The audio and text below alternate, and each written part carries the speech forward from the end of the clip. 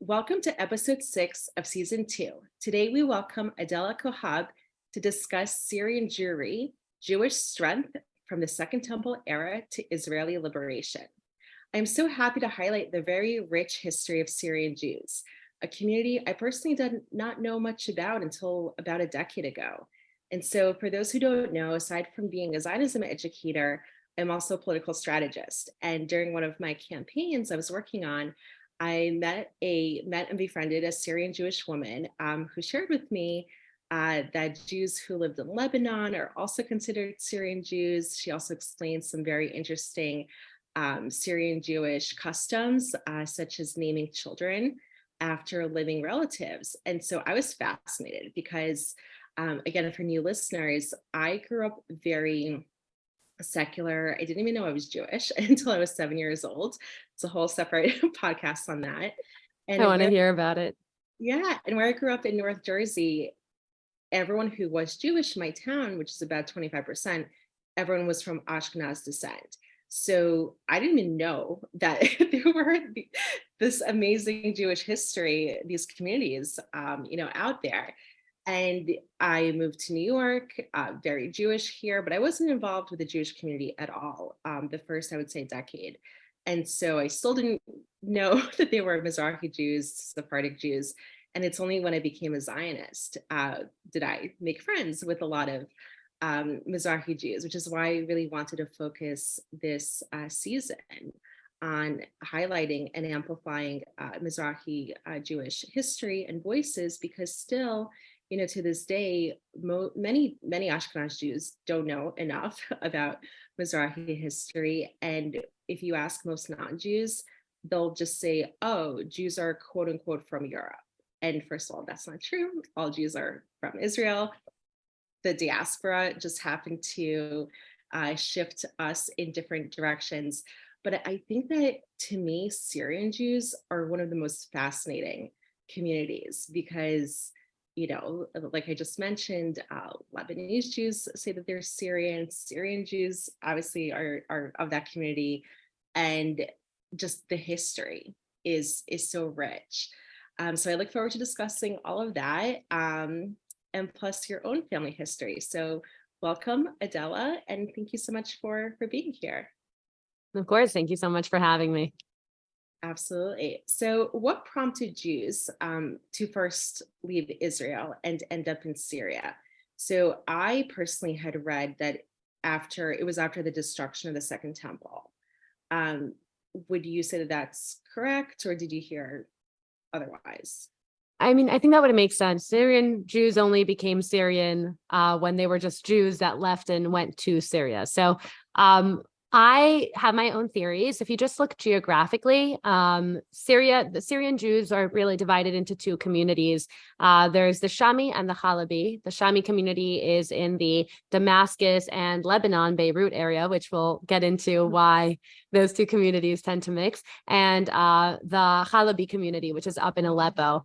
But if you just look geographically, Lebanon, so Beirut and the Damascus communities are not even an hour drive from northern Israel, from the Golan Heights. It's right on the border. So I'd say that maybe they didn't even go necessarily from Israel to Syria/Lebanon. Maybe that's just where they were.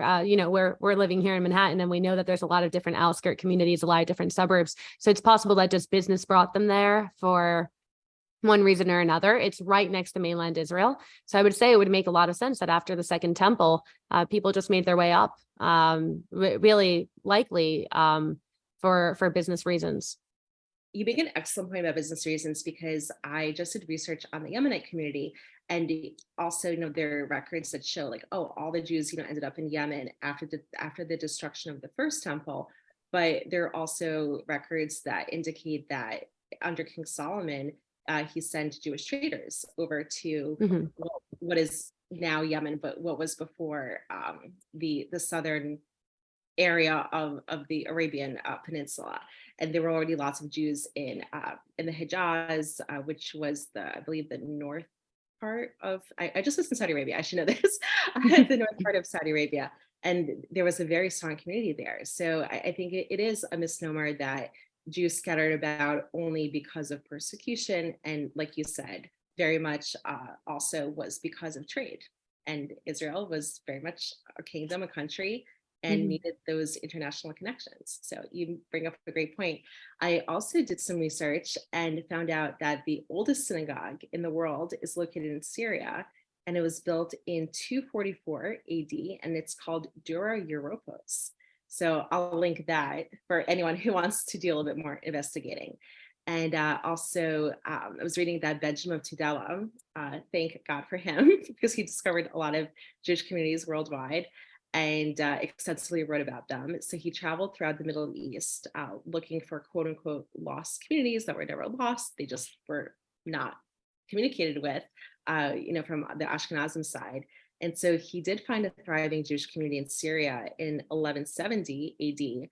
And he had reported that many Jews who fled the Crusaders also ended up in Syria. So I thought that was an interesting, anecdote. And so he had written that something like 50,000 Jews ended up in Damascus after the Crusades, which had made 1 in every 3 residents of Damascus at that time to be a Jew. Which is insane, by the way. I don't think that anywhere in the world other than Israel will you ever have that ratio. So, but yeah, I think, again, it makes sense. Damascus is Israel's backyard necessarily. If you look at the map geographically, it's just right up above the Golan Heights. So I think all of that makes a lot of sense. And you're right, too, because if we look at the Roman maps, right? So when the Romans renamed Israel to Syria, Palestina, they fused together, for lack of a better term, what is now Israel with Syria. And so for a long time, Israel, or under the Ottomans too, right? So Syria, or Israel, was considered the southern part of Syria. It was a Sanjak region. And that's why even as late as 1930s, the Arab nationalists in Israel, they kept wanting a greater Syria. And they considered themselves to be Syrians, even the Arabs who lived in, what's left of Israel, the 22% that's left of the Jewish homeland. So you're right, like the maps were constantly shifting. The empires came in, created their own names, renamed whole parts of regions. So it's interesting. And so you're talking about the 2 different groups that you mentioned. So it seems that the Syrian Jews were always fairly welcoming of Jewish immigrants from Israel, Egypt, later on from Spain and Portugal after the Inquisition. So in your own family, do you know from which wave of immigration did your family come to Syria? And do you know of any tension between the groups, or was it all cohesive and peaceful? So if we're talking in, the 1500s, early 1500s, I know at least my mom's side of the family, they came from Spain. They spoke Ladino. They are also very weirdly blonde hair, blue eyed. So they just don't quite really fit in. But I would say, yeah, it was very welcoming. One of the most popular last names in the Syrian Jewish community actually is Ashkenazi, which means, someone who is Ashkenaz. So we have all these Syrian Jews with the last name Ashkenazi walking around, and they're like, oh no, like I'm Syrian through and through. At some point, they could have been Ashkenazi and ended up in Syria. And it could be that their family was in Syria for generations on generations, but the last name Ashkenazi stuck. So if there was any tension between them, it isn't there anymore. If you're Syrian, you're Syrian. Once you lived in Syria and you became a Syrian Jew, you're a Syrian Jew. Now, I would say we are an insular community, which has its pros and cons, but we'll get to that later. Interesting. And so can you go back to, and I'm so sorry, can you repeat those 2 different communities that you mentioned, just for myself and for the audience? And could you expand a little bit more on maybe the differences of the 2 groups, or is the difference just geographic based? So the difference is primarily geographic. There is Halabi and Shami. Halabi is up in Aleppo, which is inland. It's a little bit further away. It's closer to Turkey. So it was along a lot of trade routes. And then there's Shami, which is right on the northern part of Israel. That would be the Damascus, Beirut community. And they're closer to like the more Levantine They're exactly the same as you would imagine someone in northern Israel to be. Of course, there really aren't that many differences, but being Jews, we make differences. So we have our own different synagogues. They have slightly different tunes when it comes to the way that they pray. Traditionally, when it comes to the way that we practice our religion, it's exactly the same. But really, it's just a matter of like, are you an Upper East girl? Or are you an Upper West girl? Right. That's what it comes down to. So it's not like one of the communities came, like you said, like, from Sepharad, from the Iberian Peninsula, and one, let's say, came more from Israel. So it just so happens where they live, and that's the different names. Yeah. And I mean, and the Shami, again, Shami is just from the Shams region. It's closer to, where Israel is. That would be like the greater Syria region. And then Aleppo is along the trade route. It's further north. It's between Turkey and the rest of the Middle East. So it connected them to Europe. Meanwhile, when it came to Damascus and Beirut, the Shami region, they're closer to the water. So they have trade routes when it comes to water trading. So both of them are very involved in trade. One of them along the Ottoman routes, the other one along the water routes. So it's just what kind of trader are you? And again, we love to attach ourselves to communities. Oh, that's really interesting. And I'm glad that you explained that, because I was about to ask you, what do the names signify? But you answered that very, very clearly. And isn't it true, isn't there a Druze community called Majdal Shams? Or am I mixing that? Also, Yeah, well, yeah, Shams is the region. So it would be the community that is in the Shams region. Yeah. This makes me want to research Syria a lot more in terms of geography. I find that fascinating.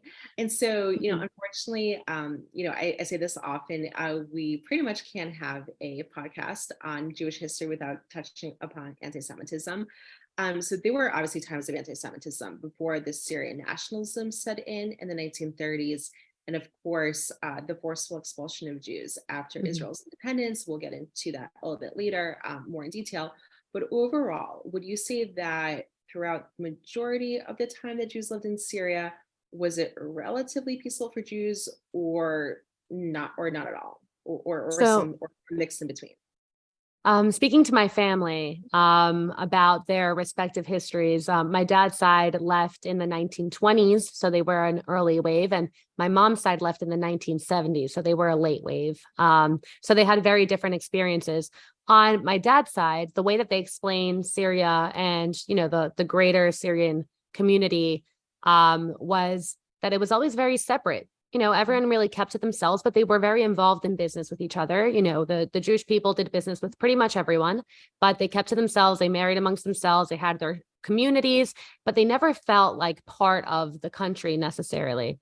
And ultimately, the waves that left in the early 20s, they didn't leave necessarily from anti-Semitism. They left for business opportunity. And my family ended up in Mexico, of all places, but they weren't leaving for anti-Semitism reasons. They were leaving really just to pursue bigger business. After the Syrian nationalism and after the creation of the state of Israel, that's when everything changed. And that's when, people on my mom's side who were there, they'll tell you that suddenly they felt like Syria wasn't their home. Suddenly they felt like they were being othered. Businesses, they can tell you stories, especially in the 70s. And I know we'll get to that later, where being Jewish made you different and that was dangerous for you. And that prompted them to leave. So I would say before the creation of the state of Israel and before the Syrian nationalism, everything was peace and quiet, but I wouldn't say it was like America where everyone is in a melting pot together. It was more sectioned off by communities depending on their religion. It was a cultural, religious-based community, but they did feel like they were part of the greater structure, but they didn't feel any sense of nationalism. Even now, Syrian Jews don't feel a sense of nationalism, but of course, we'll chat about that later.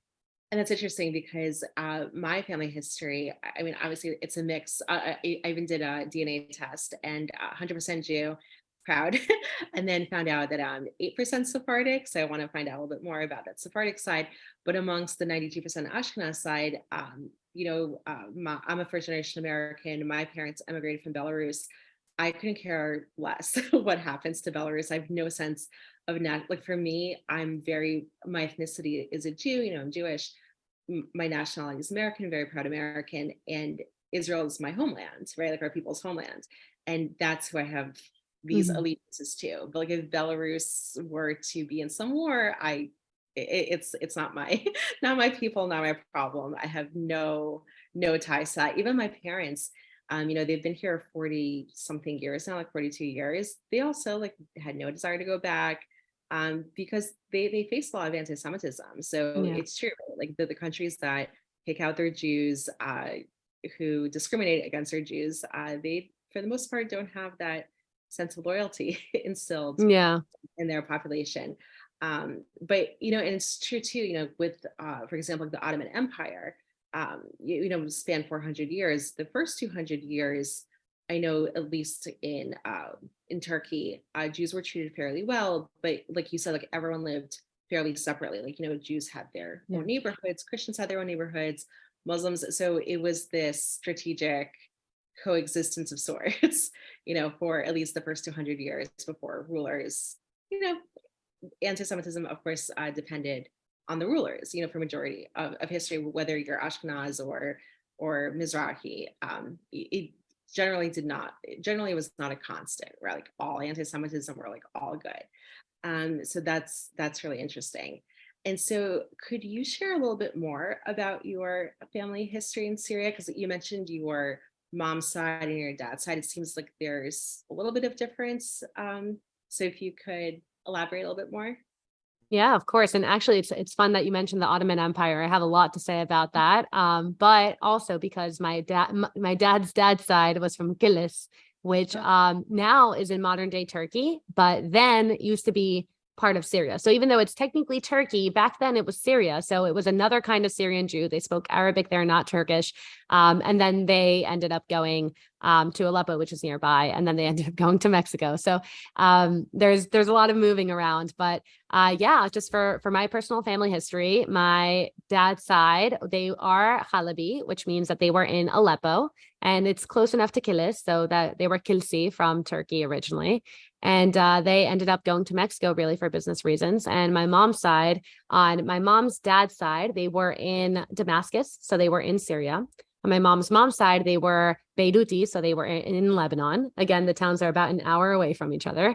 And the way that my grandpa explains it is that, fall of the Ottoman Empire in the 1920s, and there was still, traffic between Lebanon and Syria, and then things progressed, and pretty much at some point in the 60s, lines were drawn, and Lebanon was Lebanon and Syria was Syria, and then a war broke out, and he happened to be working in Beirut but living in Damascus, and he happened to be at work when the war broke out, and they weren't letting anyone through the border. And he said, "Okay, I guess I live in Beirut now." He had some cousins there, and he ended up his whole family ended up slowly moving to Beirut, and then he met my grandmother. They ended up moving through Canada to get to Mexico. So, and they left in the 70s. So the whole region seems very liquid. It seems like yes, you could either be from Aleppo or from Damascus or from Beirut, but at the end of the day, it seems like there was enough communication between them that you can move to one to another. What's the move between Miami and New York nowadays? That's kind of how it was, I imagine. But yeah, so those are the main communities. It was all considered Greater Syria, and then at one point it just was decided that they were different countries. Same thing with Kilis in Turkey. It's interesting you say that about the borders, right? Because there were no borders. See, under There the were no Ottoman borders. Empire, it was a vast empire. And so I'm sure that maybe some of your family members, like back before, well, the Ottomans curtailed immigration to Jews to Jewish Palestine around 1882. But, maybe you had a relative who tried at least like visiting Israel. Before then, there were no borders. You just like travel to Israel, and it was not a big deal. So Yeah. something like that is truly mind-boggling, right? Because like we now could not imagine crossing a border into Lebanon, to Syria, into Turkey. Like, everything obviously is very different these days. You also hear of Jews who, from Iraq, like walked through the desert and ended Yeah. up in Israel. So just a very interesting regional pinpoint there. And so were Jews in Syria observant? Because I recently read about a long list of impressive rabbis in Syria throughout the Mhm. ages. But and also like Moroccans venerate their rabbis very much. What do you know about Syrians and their relationships with the Jewish faith? Well, I will say Syrians, if there's one thing that old Syrian Jewish men love, it's their shul, it's their synagogue, it's their knis, they call it. Their knis is everything to them. It's everything to my grandpa, to my other grandpa, my grandpa on my dad's side, my grandpa, his name's Solomon.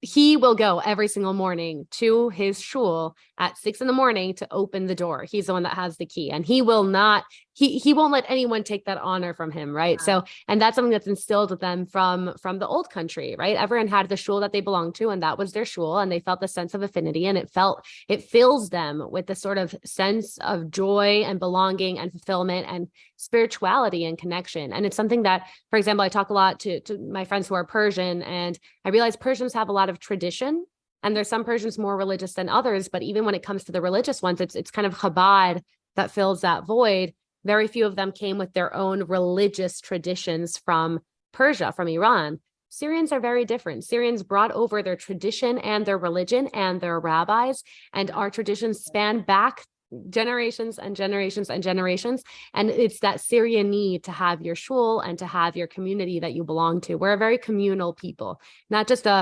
culturally, our community is a little bit insular, sure, but religiously, we all coalesce around the religion of the community. So again, I have no idea how it was back in those days, but I know the way that my grandparents are, and I know that they must have learned that from their parents who learned it from their parents.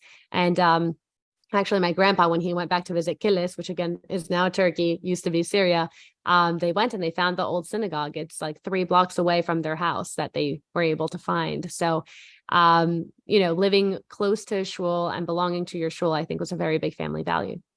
So it's really interesting. So the community actually transplanted like their history Their to history, their traditions, and again, their rabbis. We have actually in my synagogue in Deal, New Jersey, which is, nowadays, Deal and Brooklyn are the new Shami and Chalabi communities, essentially. the No, just kidding. epicenter. The epicenter. But in my shul in Deal, they actually have a very large poster that has portraits of every rabbi in the community dating back to like the 1700s. So it's interesting how we really can trace those lineages. And that's so important, especially for future generations, like showing your children, your future grandchildren, like look where we have come from. So I think that's so important. That's something like I personally have not experienced because, communism stole so much of the Jewish, faith, in the former Soviet Union. So if you have that and that's something that's intact, that's truly, truly special. And so what language, this is just something like I was wondering about. So what language did and do Syrian Jews speak, I guess like now more at home or in shul? Because the Syrian Jews that I had met, few, they said that they grew up speaking Arabic at home. Mm-hmm. So is it Arabic? Is it Judeo-Arabic? Or is it something else entirely? So there's, of course, a little bit of everything. My mom's side, some of them did speak Ladino. My great grandma spoke Ladino. She came from Spain, but that's not really something she passed down. For the most part, the Syrian community, the grandparent and great grandparent generation spoke Arabic. My parents' generation, my mom speaks fluent Arabic. My dad doesn't, right? So it just kind of depends on what wave your family came, whether Arabic was being spoken in the home. And nowadays, like typical Syrian 2nd, 3rd generation kids like me, we speak English because we live here in the US, but we use Arabic slang in everyday language to the point that when, growing up, I went to Syrian Jewish school and we had non-Jewish teachers, and the non-Jewish teachers, they don't know much about Judaism and they definitely don't know much about Syrian Jews. So we would make them like dictionaries with like our Syrian slang words that we use that are Arabic that aren't really Arabic anymore. They've transcended, but like, for example, like hazita, right? It means like poor thing, hazit. We use that all the time. Like they'll be like, oh, did you hear what happened to her? She fell off her bike and broke her arm. Or we'll be like, oh no, hazita. And it's just so natural for us. When we see someone cute, we say abus hayato, which means like, you're so cute, your life, like you're so cute. So I'll be talking to my non-Jewish friends. They'll be telling me about their nephew. They'll show me a picture. I'll say abus, and they'll look at me and I'll say, oh no, so cute. I don't even realize I'm doing it. We have te'il. It means heavy, but like someone who's te'il, someone who's just their energy drags down, right? So we have all these different Arabic words that we use. We grow up using these words. They're originally from Arabic, but nowadays, they're like Arabish, right? Like Spanglish with Arabic. And same thing in Israel, right? Like a lot of Israeli words, slang words have been adopted, like yalla and others. So then you don't know, like, when I go to Israel, like, is that Hebrew? Is that Arabic? It's all the same. So if you ever, I don't know, have you been to Dubai and all the Abraham Accord countries yet? I'm actually going to Dubai in about 2 months. There's been a couple of trips I was supposed to go on and it just never panned out. But now officially I have my flight booked. October 4th, I will be there. So if you're in Dubai on October 4th, find me on Instagram, send me a DM and let's link up. I will. We can have a whole conversation off record about Dubai. I was just in Dubai, Saudi Arabia. So I was just thinking when you were telling me that you do speak at least those Arabic slang words, you're gonna have a great time over Yeah. in the Gulf. It definitely gives you a leg up. And so, are there any unique Syrian customs, food, dress, any unique Syrian wedding customs, like anything you can share? I'm just really curious about. Definitely. We'll start with food because I love food. I think personally, I mean, of course, everyone's going to be biased, but I think Syrian food is the best food. We eat the same foods that Syrian non-Jews would eat. So we have yebre, which is like stuffed grape leaves. Some people might call it dolme, but we make ours with either lemon or with a sweet apricot tamarind sauce. Ooh, We make sounds good. mekshi. Yeah. Mekshi means stuffed. So we can make different kinds of mekshi kusak. We can make we just stuff vegetables. We take vegetables, we core them out, we stuff them with meat and rice. And then again, we make them either with lemon or with a sweet tamarind apricot sauce. We make injedra, which is rice and lentils with a little bit of onion. We have, of course, everyone's favorites, kibbeh lahmajin, which is kibbeh is like a meat torpedo that's fried, and then a lahmacun looks almost like a sweet meat pizza, right? So we have all these foods that I love, and it's one of the things that also help you build a relationship with people from the Middle East who have never met a Middle Eastern Jew before, right? Sitting down and talking to them, saying like, "Oh, I'm so excited to go home for Shabbat, so I can eat my kibbeh and my lahmacun," and it's just funny how those things interplay. I actually remember growing up, I really only knew Syrian Jews, right? I knew the community in Brazil, the community in Mexico, the community in Brooklyn and in Deal, but I really only knew one community, just Syrian Jews. So the first time I went to Yeshiva University's Model UN conference, it's like high schools from around the world, Jewish high schools. There were maybe 4 or 5 Sephardic high schools, a couple Syrian ones, a couple Persian ones. And I remember walking around and the menu said that they'd be having Shabbat food, right? So I'm walking around and I'm seeing cholent and I'm seeing kugel and I'm seeing all these things I'd never seen before. And I'm like, okay, Shabbat food. So where's the mechshi? Where's the magrabiyah? Where's the ma'udeh? And I was just walking around being like, these are not my Shabbat foods. And that was kind of the first time it dawned on me, oh my gosh, I am a Middle Eastern Jew. I'm a Mizrahi Jew. I'm a Sephardic Jew. I'm an Arab Jew, whatever term you want to use for it. But end of the day, I'm a kind of Jew where my inherent culture, my Judaism was colored by a different culture. So that was a fun moment for me. In terms of other fun traditions, customs, I'd say Syrian weddings. This isn't a religious custom. This is just the way that we do them for the most part. They're huge. It's not unheard of to have a 1,000 person wedding. It's actually Wow. very, very common, 800 person wedding. It's not seated, so people just kind of come and go. You get there, it's buffet, you serve yourself, you find wherever you can to sit there and eat, and then you just dance on the dance floor. And it's kind of like come through culture where you don't necessarily even have to know the bride and groom. You can know them tangentially. And, it's kind of like a community event. I don't know how to explain it any other way, but then you talk to non-Jewish people who have been to 2 weddings in their whole life. And for me, I have a wedding every single Sunday of people who are my acquaintances. And I think it's really nice. I think that the Syrian community really revolves around community. We don't like excluding people from our own community. We want to make sure that the community itself is united. That comes with some drawbacks. It also means that for the most part, we're not very welcoming to outsiders. But at the same time, once you're in the club, they try very hard to make it feel like you're not left back, which I tend to like. That's so nice. That's such a cohesive environment because when I think of I don't even know if I have a community because Ashkenaz Jews, so many, and I don't feel, especially if you're not observant, you don't really feel like you're a part of said Mhm. community, except the greater, Jewish community. But if it makes you feel any better, I had no idea what Chulent was. I don't even know how to pronounce it properly Yeah. until I went to Israel. So I was, for those who don't know, I was anti-Israel for 20 years and became a Zionist, even though I had my bat mitzvah in Israel on top of the Masada.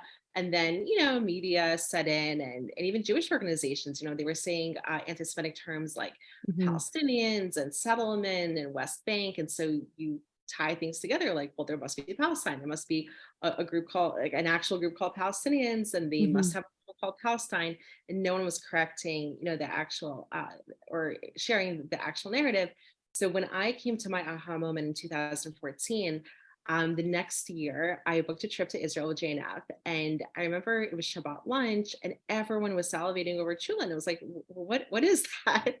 I mean, it was Yeah. delicious. I tried it, but it was not nothing like I had grown up with.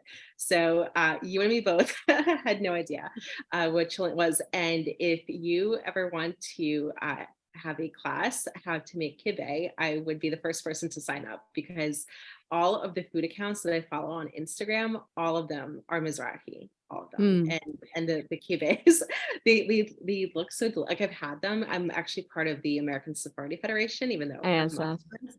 I love ASF. But making them looks really Yeah. hard.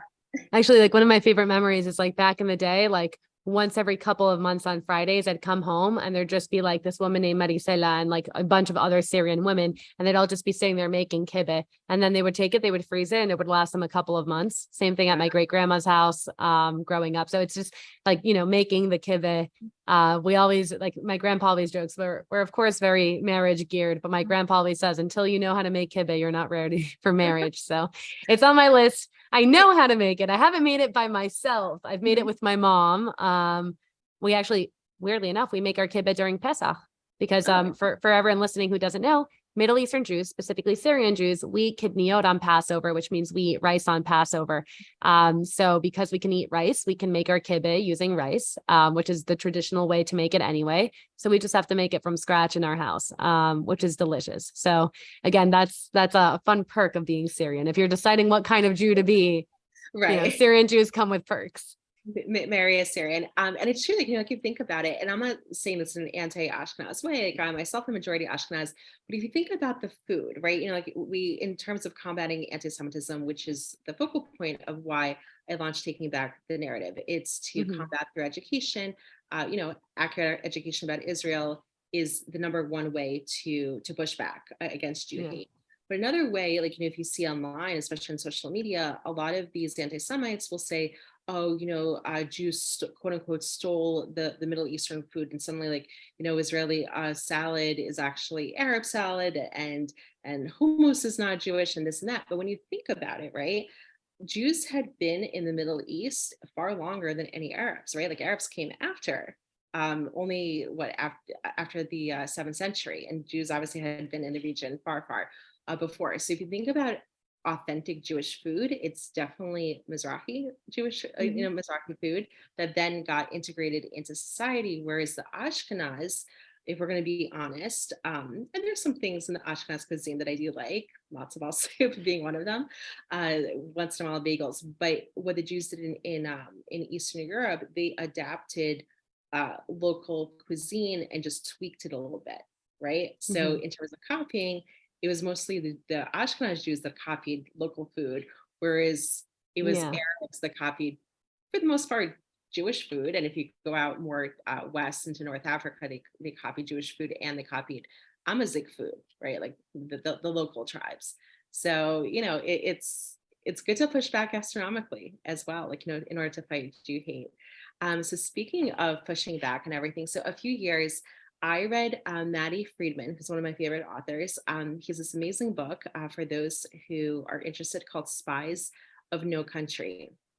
And it's about Mizrahi Jews who helped Israel with key intelligence in pre-liberation Israel during the Independence War. And so his premise, which is true, that without Mizrahi Jews, Israel would not have won that war, because they needed Arabic speaking Jews, right, to infiltrate enemy lines, to go back to their homelands, or not their homelands, to go back to their diaspora communities, act as spies and get key information. So do you happen to know in which ways Syrian Jews helped Israel with the war effort, or just in general gathering intelligence from inside Syria?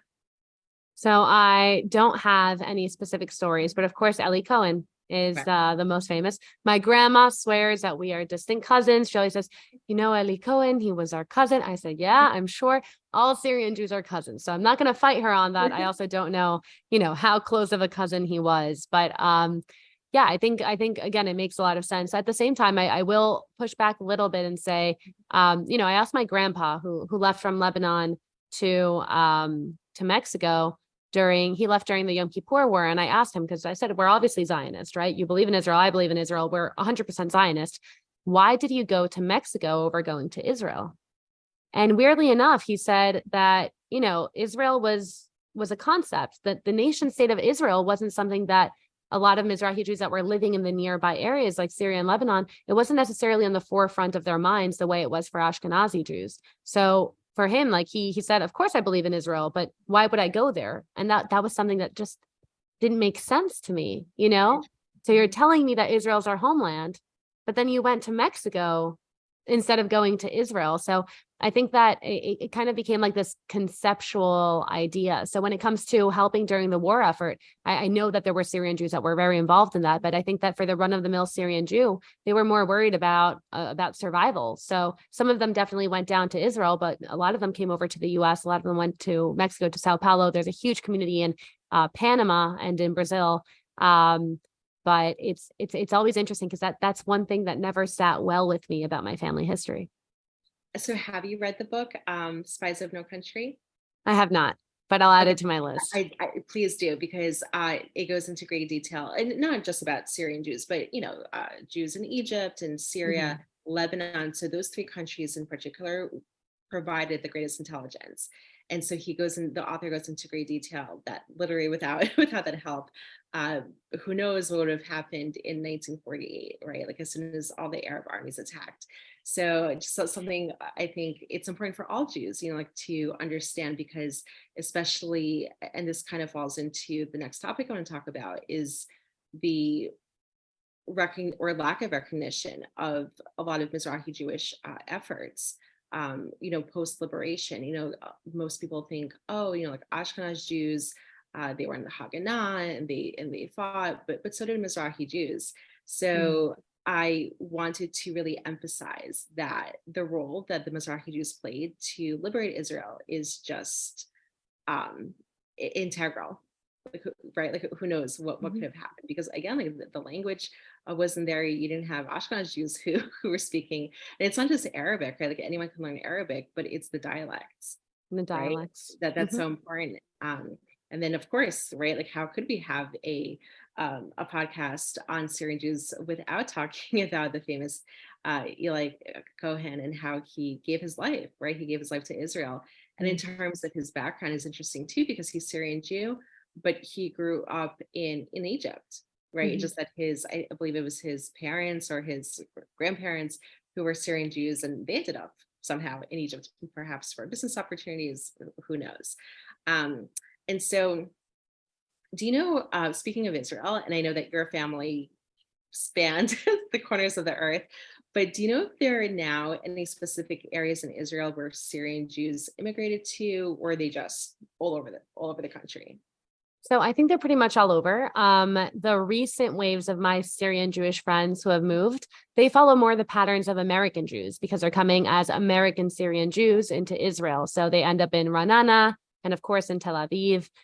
Those are the two major areas where I have friends that are Syrian that moved there. But in terms of just like Syrian Jewish pockets within Israel, I haven't heard of any. And it actually makes me a little bit sad because whenever we go to Israel, we love to say, let's like visit a Yemenite Jewish community. Let's visit a Druze like community. Let's visit this community, an Ethiopian Jewish community. You always like hear about these individual communities. And the Syrian community has always been a very community-based gelling group. And that's something that's just never spoken about, never showcased. And maybe those Syrian Jews have never connected with the Syrian Jews in the diaspora to the point that we know where they are.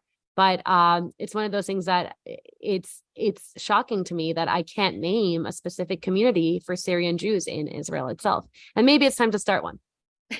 Yeah, that's sure. I'll do some research too, or maybe it's a good thing, right? That like there's not that concentration of places because, especially like, we're all Jews and maybe it's good to integrate a little bit more, especially in our homeland. So how do Syrian Jews see themselves as part of the overall world Jewish community, would you say? And I know that's a very loaded question, but so you can feel free to answer that in any way you feel. I mean, I love the question. It's loaded, but I love it because I think that Syrian Jews are a very, very special group of Jews. First off, again, we've kept our traditions back from the old country. We love our traditions. We love our community. We love living in community. And again, it's come with a lot of sacrifices. So for example, Syrian Jews don't accept conversion, which is something that is a source of pain for a lot of Syrian Jews who have married converts or who have looked to marry converts or who are children or grandchildren of converts who will never be fully accepted into the community. But at the same time, it means that the Syrian community has kept its traditions and its in its most pure form in a way where assimilation just doesn't really exist for us. Right. So it's only very recently that we're even looking to marry other Sephardic Jews, like the Persian community or the Moroccan community. Very now you hear more often, but very rarely did I hear of someone who married even an Ashkenazi Jew, let alone marrying a non-Jew. That was outside of the question. Right. So I think that because we had a near zero assimilation rate, again, the drawback is that we're a little bit closed off. But if you look at the beauty of it, it means that we've really maintained our community and our traditions, and we tell our stories over and over and over again. Actually, during Tisha B'Av, which is coming up, everyone's fasting. So our Jewish Community Center ends up putting together two different things. Number one, they do a screening of a 7-part movie series about Syrian Jews that everyone in the community has seen at some point. And number two, they put together Syrian Jewish lectures where Syrian Jewish rabbis are able to lecture the whole community, and young people like me, younger than me, older than me, everyone goes together as a community. And it's one of those things that we tell over the stories of our community in a way I don't think other communities do. We really feel like we're one and the same. In terms of how we factor into the overall Jewish population, if you ask anyone about Syrians, they'll tell you that we're closed off. Again, that is changing. That is changing. But I think, again, it's more important to look at the beauty of it instead of looking at the drawbacks from it. But do you think it's more that the community is closed off, or that other communities are not very much like either aware or want? And I'll give you an example, and not to boast about my pan-Jewish interests, but it's interesting, right? Because like before I knew anything or was interested about the Mizrahi community, I had no idea that ASF exists, the American Sephardic Yeah. Federation. And so I found out about it. I started going. Guess I'm one of maybe 4 Ashkenaz who attends, but that is how you get connected to different Jews, right? So that's how I know about kibbeh. That's how I know about all the expulsions that Jews faced from different countries, and a lot of history. Watching the Sephardic film festivals have been fascinating. I had no idea about Ladino was the dominant language, lingua franca of Israel for hundreds of years, when the Sephardi were holding down the fort. That's information that either you can read in a book or be exposed to, through interpersonal connections. And so I'm just like wondering, and there's no right answer, but how much of it is other Jews showing an interest, right? Or like, something with the Persian community, I also didn't know much about the Persian community until I befriended Persian Jews. And it's very easy to find out, like Persian Jewish events, Persian Jewish traditions, maybe, one may not like obviously be invited to marry a Persian Jew or Syrian Jew, which is, understandable. Everyone has to be respected. But in terms of that exposure, maybe it's on other Jews, right? To do a little bit of that. Yeah, I mean, part of it definitely would be another Jews to do the reach out. But I think as far as Syrians go, they didn't really have an interest in branching out. At least that was the experience I had. So for example, Persians are a great example. They also have traditions. They're also a Middle Eastern community that's very markedly concentrated in one area, right? They're in Great Neck, things like that. Very similar to Syrians in a lot of ways. The difference is that Persians always put a very high value on education. So Persians, from the moment they came over, were going to med school, they were going to law school, they were going to colleges. Syrians came over with family businesses. So really until recently, there wasn't really a need to go to college, let alone get a professional degree, especially for women. So it's one of those things that it would be much easier to meet a Persian Jew than it would be to meet a Syrian Jew, because we wouldn't be in the same proximity as other kinds of Jews. The first time I really befriended an Ashkenaz girl was when I got to college. And even then, the Syrian Jews all knew each other that were going to my same school. So I still had my Syrian Jewish group chat, but then I was making my friends from the Persian community, from from other communities. And my friends that stayed in Deal that didn't go to college, they don't have, an Ashkenaz friend or this friend. So I think part of it is that we were never in those places because we didn't have an interest in being in those places. And part of it is, by not being in those spaces, we kind of kept other communities from learning about us. That's true. And, but now things I think a little bit are changing. Now things are 100% changing. And we're in a great place right now. Absolutely. And we can have a whole off the record, although I post about it a lot. I actually admire, and people can agree or disagree, but I have very strong opinions about conversion. So I personally admire that the Syrians do not accept that for many historical reasons. Yeah, I do not. Yeah, no, and I understand all of them. Yeah. Yeah, we can get into that and what it means to be a Jew. What is a Jew? This is not a PC podcast, and I'll be real here. The bastardization of the Jewish people that some groups push, pretending that they're Jews. We do have a genetic component. We also, as a people, obviously have a unique faith. Some people conflate the two. We're not like Islam, we're not like Christianity. Like one cannot just wake up one morning and decide to become a Jew. I mean, some rabbis will agree, some not. But again, we can have a whole 2-hour conversation about that. So yes, when I did find out the Syrians do not accept that, I was like, golf clap the Syrian community for that.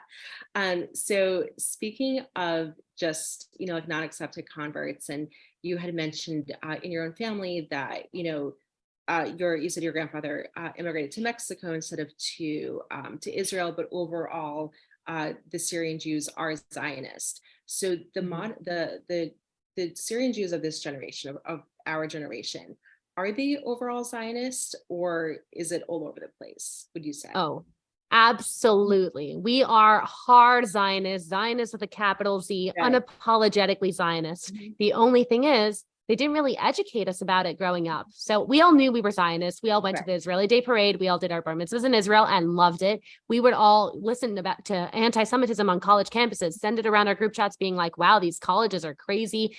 We are 100% Zionist. But growing up, they never explained to me why. No one explained to me why, right? It's only very recently that there's a push to learn for Jewish students in the Syrian Jewish community to learn why they're a Zionist, to be able to articulate it, to be able to show up to a campus and say, no, Israel doesn't exist because of the Holocaust. Israel exists because of anti-Jewish discrimination and because it is our homeland. And we present a completely different narrative because we're not coming and saying, well, my grandparents were persecuted in Europe and Israel is necessary for our existence. No. We're coming in saying our family was not involved in the Holocaust at all. And we need Israel in order to continue to exist as a community. So it's a different angle altogether. And that was a hard thing for me because when I got to a college campus, I knew about anti-Semitism, but going to all of the fellowships, right, between Hasbara, Camera on Campus, Zionist Organization of America, Stand With Us, they all have great fellowships, but they all teach Israeli history and Zionism through an Ashkenazi normative point of view. So if you're sitting there as a Sephardic kid, you can't use half of the arguments that they're teaching you to make because they're not applicable to you. And our story could be so powerful and is so powerful when it's actually taught and honed in correctly. And this is one of the things that are changing. Again, the Syrian community has opened itself in a way I cannot explain over the last 10 years. Almost all kids go to college. A lot of girls are looking for secondary professional degrees, which is something I never imagined when I was younger growing up that would become the norm.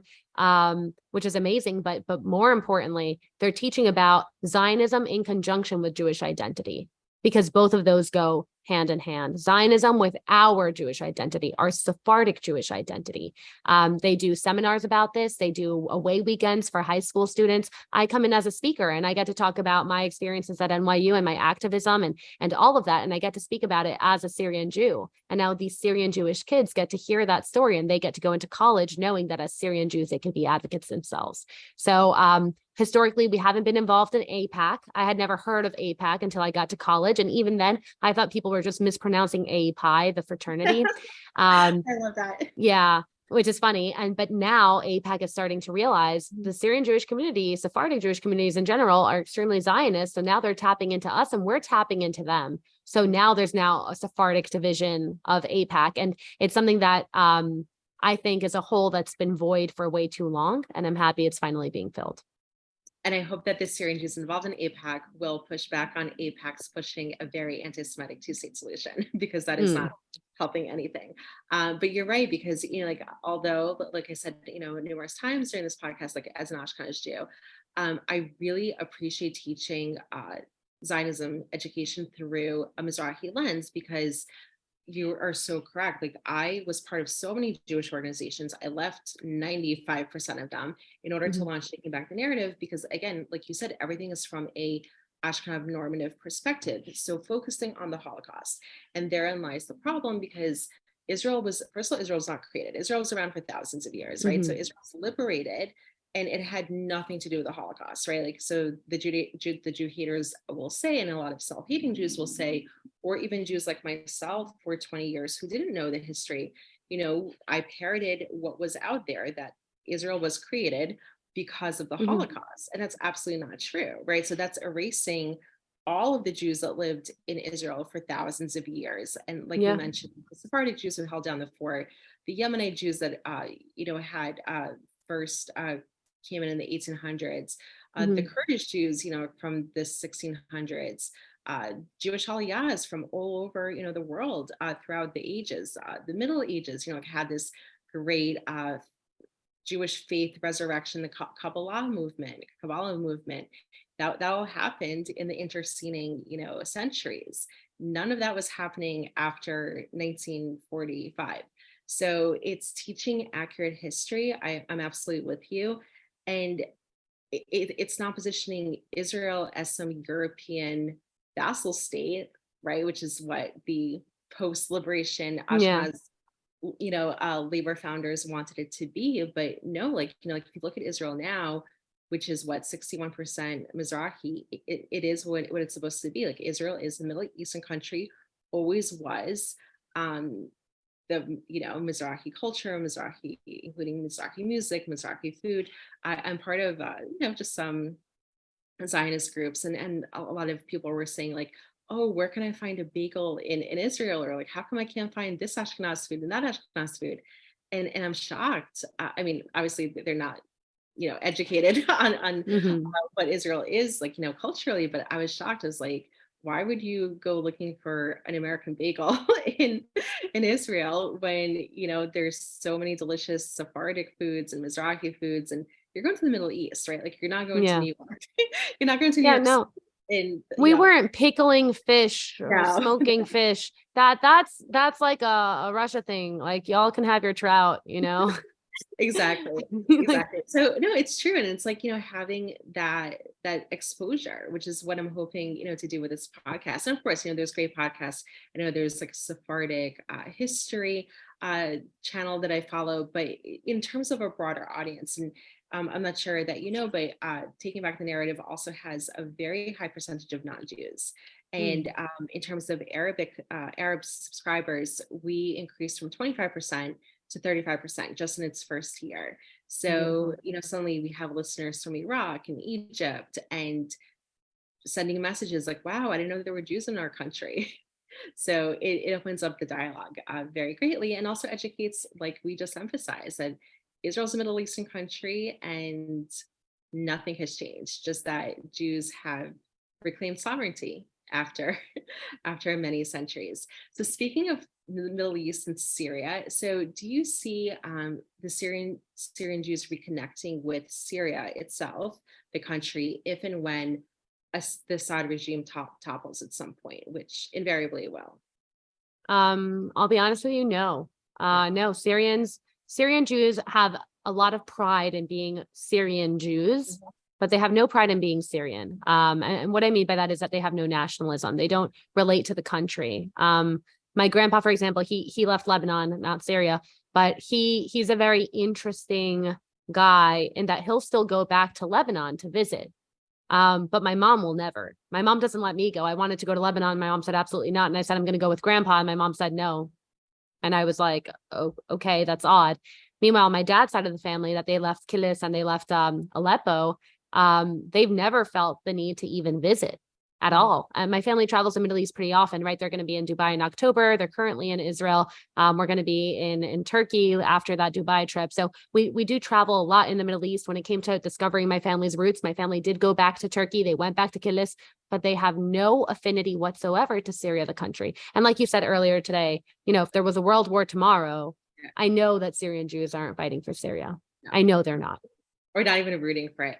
Which brings me to my next question. So I know, like in my very large overall broad community that I'm not really part of, but let's say like the Russian Jewish community, right? So like the Russian Jews who live, like my extended family does, in Brighton Beach, they also live with Russians, right? That are not Jews. Yeah. So in America, do Syrian Jews get an opportunity, or do they ever interact with Syrian Muslims? And if so, how are those relations then? So I'll tell you, when it comes to like the day-to-day of your typical, second or third generation Syrian like me, no, absolutely not. You maybe in college, there'll be like a Syrian Muslim or a Syrian Christian. And for the most part, we don't even tell them that we're Syrian Jews. Maybe you have a class together, of their existence. You don't really interact. But something interesting is the business world when it comes to the older men.